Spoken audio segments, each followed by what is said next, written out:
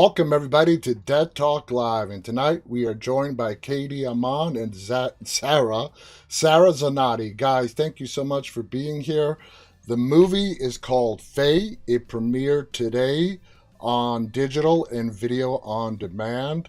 Congratulations to the both of you on a job very well done. We're going to get into the movie in just a bit. How are you guys doing tonight? We're good. How are Yeah. you? Thanks for having us. Yeah. It is my pleasure. I always like to ask people, whether it's just before the premiere date or especially on premiere date, how are you guys feeling on? I mean, this is not your first go around, but how are you feeling today with the premiere of Faye? Are you excited? Are you nervous? What's the overall feeling? It's awesome. It's been crazy. It was such a small project that came, and it's our first project to have out. So it's pretty special. It's our little Yeah. baby. It's exciting. It's hard to wrap my mind around it. Like that people are gonna be able to watch it. It's really cool. Congratulations again. It is no small feat, as you guys know, to get a film done, film produced, and then get it out to the public. So that in itself is an accomplishment, and you guys did a great job. So let's just get started. How do you two know each other, and how long have you known each other? Not even 3 years. No. Yeah, I think it'll be 3 years in September. Yeah. Happy anniversary. Happy Happy anniversary. We met, let's see. A mutual friend of ours had DP'd a short film that Sarah directed, and I saw it at his house. And I said, "Who is that? Give me her number. I want her to be in the sizzle reel for another movie that I was getting ready to pitch." And so I called her. I pitched it. We FaceTimed. She had a face mask on. Yeah. Yeah. I actually was like about to go to bed. She was like, "Do you want to FaceTime?" And I was like, "I look like not good right now. So what's the easiest way that I can kind of conceal what's going on here, but also look like I'm a productive businesswoman?" Right. A face mask. Yeah. So I just slapped on a clay mask and I was like, "What's up? So sorry about this." I was like, okay. So Dealing with the it was pores. like Mrs. Doubtfire, you know? That is awesome. That's an awesome story. Yeah. Now, you guys both co-wrote Faye together. Katie directed the film. So let's get into it. Faye is a story ultimately about grief. What did you guys use as an inspiration to write this screenplay? Well, you wanna take this one? To write the screenplay? Well, we were inspired a little bit technically by Bronson with Tom Hardy. The black box monologues were kind of inspired by his performance pieces in that film. And then we were kind of on a big Duplass brothers kick. We watched Creep, we loved that, and we were kind of inspired by the idea of making a film with minimal resources, just like a camera, a couple of actors, or in our case, one actor and a location. Yeah. And then the story for Faye, I had sort of I pictured the first scene, told Katie about it. Yeah. And we just went from there. I was like, okay, so it's, she's in her car talking to someone, and then it's revealed that no one's there. And I was like, okay, dead husband, we can work with that. That's a start. And then I remember just like, we also decided she should be a writer, and I thought it would be cool to have a self-help author who is breaking. And then I think like in the middle of the night one night, I just texted her and it was like 5 stages of grief. We'll divide the movie into chapters like it's a book, and we'll go through the 5 stages of grief with Faye. And that's from there we got like a really solid outline. Yeah. Now, Sarah, you are, like you said, you are the sole actor that we see on the screen in Faye. What was it like doing basically a feature film that's a monologue? Had you ever done anything like that before? No, not on camera. We've been joking about this because I was like, if people just knew me, they'd be like, yeah, that checks out, because I just am always acting by myself.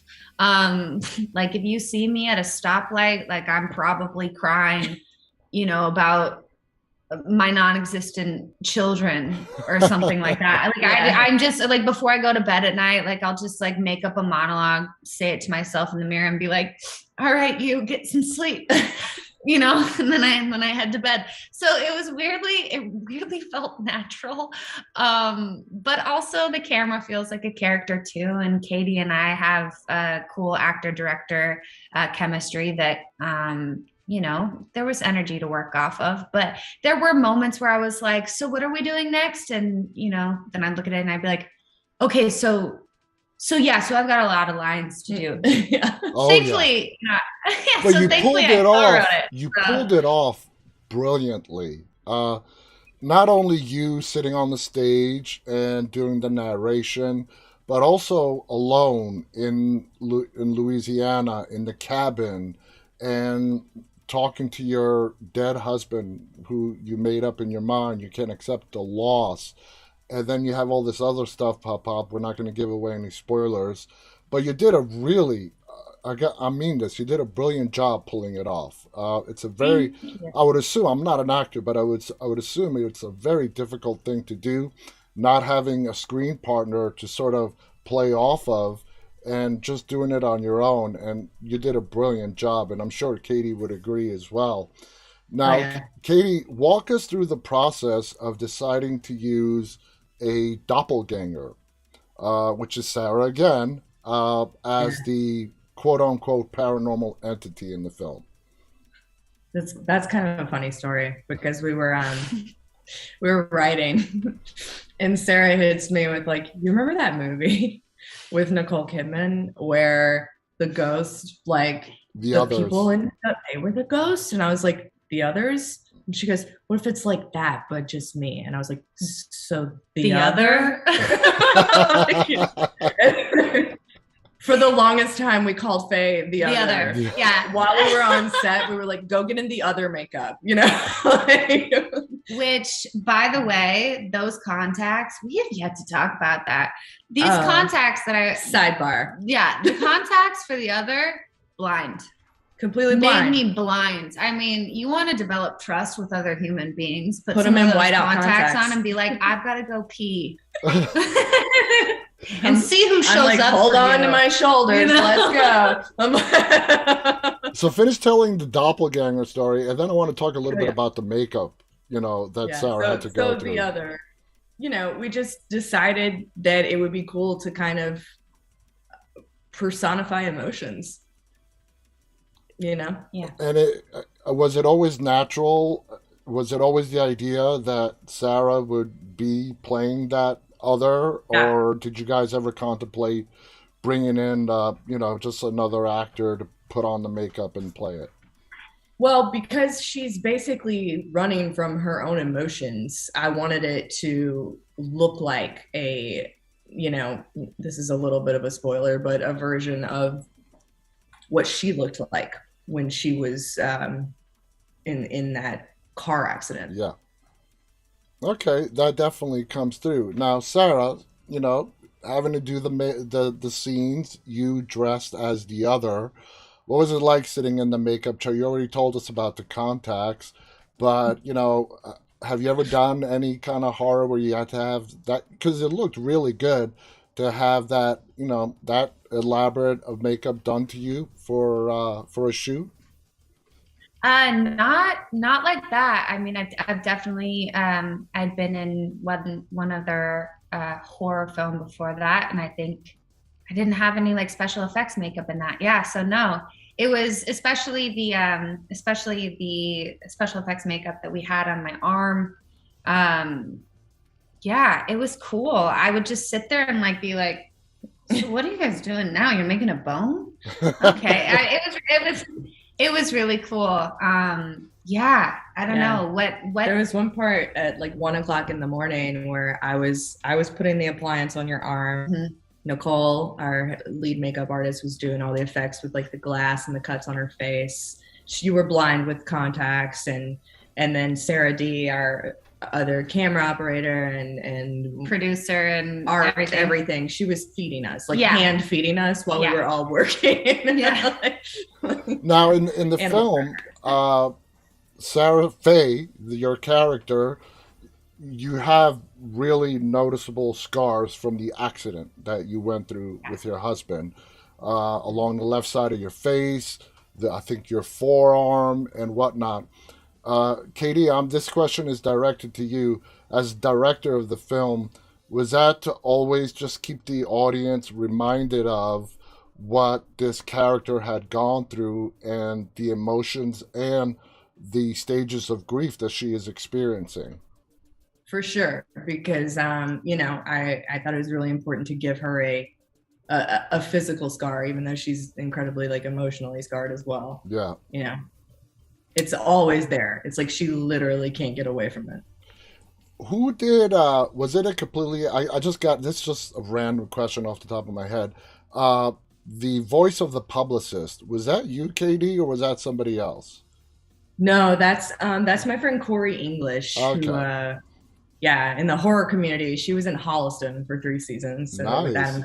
Adam, so Okay. that's her little, That was just a little yeah. bit off top, but I was curious as to who did the voice that we heard as the publicist.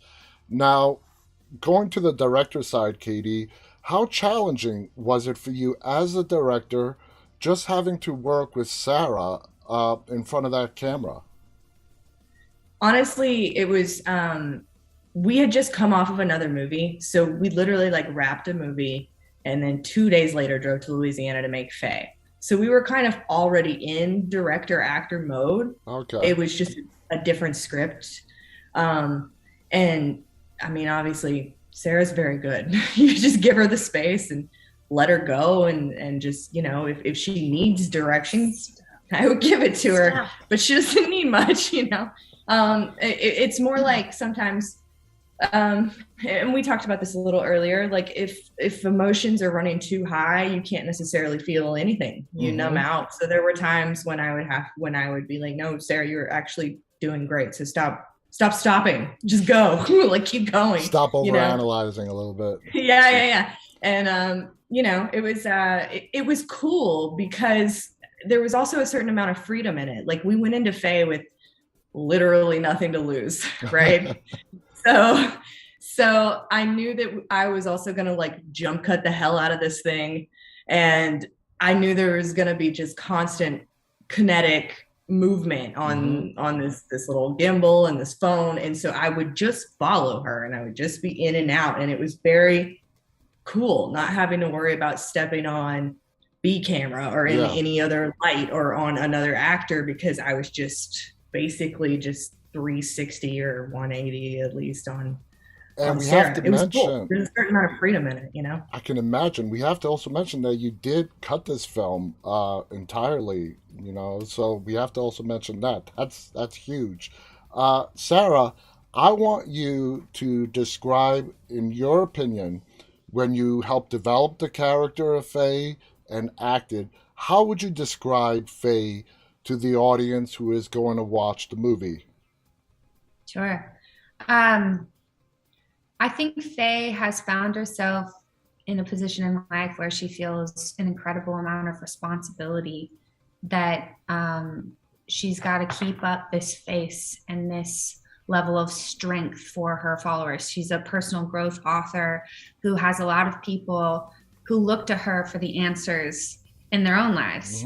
And in a weird way, that responsibility and that pressure has kind of numbed her to being able to handle certain things in her own life. And so while at times she's very unlikable and cynical and all the things, she's just a layered, complicated human being, as we all are. And she's terrified. Yeah. She's terrified of having to process something that she does not feel equipped or ready for. But I love Faye. I love her. How can you not? I want to ask you guys, when Faye makes it to the cabin, that's when all these strange events start to happen. The doppelganger, and not only that, there's some strange noises, events in the house. Now, Faye, this is not a spoiler. She's grieving and she's taking medication. She does not shy from drinking an extra glass of wine at night. how do you guys want the audience to interpret the paranormal side of this movie? It is a horror movie. Uh, Mhm. do you guys want everybody to just walk away with their own opinion as to what really happened? Let me get your opinion on that, and then I have a follow up question. Let me direct that first to KD. How do you want the audience to walk away from this?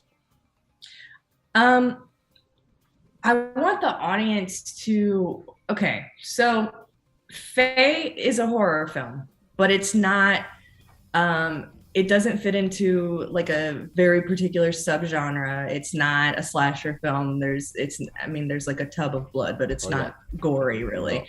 no, Um, it's very realistic, and the true horror is in the human emotion that this one woman is going through and the isolation that brings it out of her. yeah, So, but, and this is something that you pointed out earlier, but it's really just, everyone has experienced grief in some form. And so hopefully from it's relatable. yeah, And it's kind of the same way that you cheer for any character to survive in a horror movie. yeah. And But you're actually Faye's literally pulling for Faye to pull through to this. just survive herself. Yeah, and we're not going to give away Yeah. what happens to Faye. Now, Sarah, I want to ask you about a particular scene. You're, like we said, Faye is a writer, a self-help writer.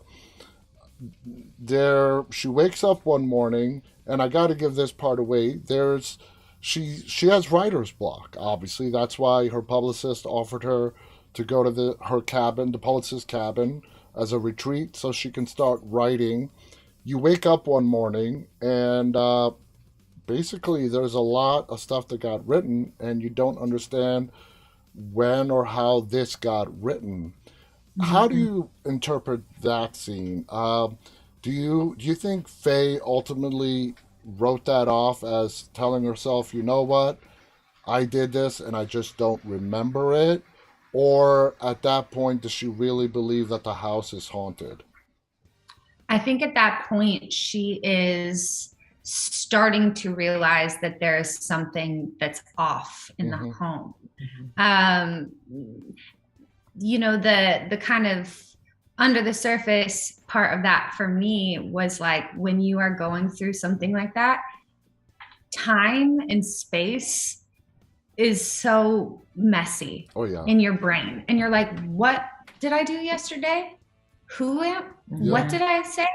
You know what I mean? So that was that as an actor, that's kind of like, how that moment played out for me internally. But yeah, I think for Faye in that moment, it's like, all right, something's up here. Do you think, I'm not alone. with all the pressure that you were getting from your publicist, do you think it ever occurred to her to, when the next time the publicist called, or Faye calling the publicist and saying, yeah, I have like 10 chapters already written, and it's a question of ethics, and you possibly not knowing who wrote that? Was it a ghost? But not remembering that you wrote it yourself, if you wrote it yourself. Do you think, Right. did you guys, when you were writing the script, was that at all ever at play that you wanted the audience to experience what would Faye do and say to the publicist in regards to all this work that appeared out of nowhere in Faye's mind? She didn't know where it came from. How did you Yeah. want that to play out? I think that we're showing some sides of Faye too, that like questioning who she is as a person Mm-hmm. in a way, and her morality, Mm-hmm. her integrity, because at this point in the film, that is what Faye's being put face to face with in her life is Yeah. like, am I a good person? Mm-hmm. What kind of choices am I making? And so that's the dynamic that she has with her publisher very much shines a very bright light on who she's become in a lot of ways, and areas of her life that that maybe she's a little blind to. Mhm. What I loved, Katie, about another aspect that I loved about is while Faye is at the cabin, she does a couple of live streams on Instagram to talk to Yeah. her fans. This is a celebrity. She's a best-selling author. I think it's mentioned that she had three best-selling books before the incident. And then you bring in the social media aspect. And I loved when towards the end, when we're not going to say what happens, but you show on the screen the responses that she gets from her fans. Mhm. What was your thinking behind that? I thought it was brilliantly done, but what were your thoughts about displaying the responses as opposed to just showing Faye what she has done throughout all of the movie, just talking them out to herself? Yeah. I don't know. I think it's just a socially relevant thing, like cyberbullying and also just comment culture in general. Yeah, Like there's always gonna be trolls, like no matter what, you know? So it's something that as a celebrity, you have to have really thick skin to deal with that kind of thing. But also like they're they're just people and we're all human. And sometimes being that cutting and that cruel to someone might be the thing that sends them over the edge. And yeah, that's horrible, you know? And I thought just shining light on that is important because I also think that like some of the like more cruel things that people write on the internet or in comment sections is not anything they would ever say to your face, no, you know? no. Mm-hmm. It's the So power of being invisible. It, exactly. yeah, And that's, you know, no one, what we put online is not who we are usually, you no, know? no, So absolutely. it's like the one time that she is actually putting herself out there Yeah. and being really truthful and really honest, she's slapped with some reality, you know. Yeah, and I think too, like seeing the comments, having that be something that everybody can read along with Faye, it's Mm-hmm. like it's just that uh moment where you realize there is another person on the other side of the screen that you are writing Yeah, to. yeah. Mm-hmm. And you might not think that it reaches them, but it does. Mm-hmm. Yeah. And yeah, so Yeah, I that I thought mean also it was shining, it was Katie's just other shining thing light was on that issue, you know. Kudos. Good job on that. The last question I want to ask you, watching this film and, working on a budget for a film, the recollection of the car accident scenes seemed really detailed and done very well. How hard was that to put together uh, as a director? I'm assuming that was probably a lot of chunk of the budget went to shooting those sequences. I mean, tell us about that, Katie. We spent $200 on that sequence. yeah. I'm not kidding. Yeah. We literally paid someone at an independently owned junkyard to stay open for 3 hours Yes. after closing for us. I crawled inside of an She already crawled crushed inside an vehicle. already crushed vehicle. I took out all the chalk markings on it in After Effects. We used a steamer to put smoke in. That's And brilliant. yeah, and then we threw a bunch of glass on the ground, like safety glass, rubber glass. Uh-huh. Yeah. And And that is then I how, screamed. you know, we provided a certificate of insurance and she screamed and we put a bone in her arm, sticking out of her Wow. arm, but that is how we shot that scene, very cheaply. Necessity is the mother of innovation. You guys pulled that off brilliant. I never would have guessed. I mean, Thank you. Yeah. that's brilliant. Go to a Thanks. junkyard, cars are already wrecked there. Put Sarah in makeup, put her in the car, and you're good to go. Yeah, Yeah. we had some cop lights. We had red and blue flashing lights, you know. Yeah. Wow. I want to thank the Yeah. both of you for coming on here and sharing these Yeah. stories. Guys, I recommend this movie highly. The movie is called Faye. It's premiered today on video on demand and digital. It's available on basically your video on demand platform of choice, whether it's Amazon, Vudu, whatnot. Check it out. You won't be disappointed. It's a great film. I want to thank both KD Amon and Sarah Zanotti who co-wrote the film. Katie directed, edited the film. You guys did a brilliant job. Any final thoughts you want to share before we go? One thing that we haven't mentioned. What? You asked me if I was the voice of the publisher. I'm not. I'm the voice of the mom. Yeah, but my favorite thing, because it really creeps me out, is that Sarah's the voice of her niece. So she's having a conversation with herself when she's talking to her niece. Katie is endlessly freaked out by my ability to sound like a child. It really is disturbing. I never would have guessed I was not a child. But this is Ellie. And she's really sad because she doesn't want us to go to swim practice. You know, it's that is freaky. Right?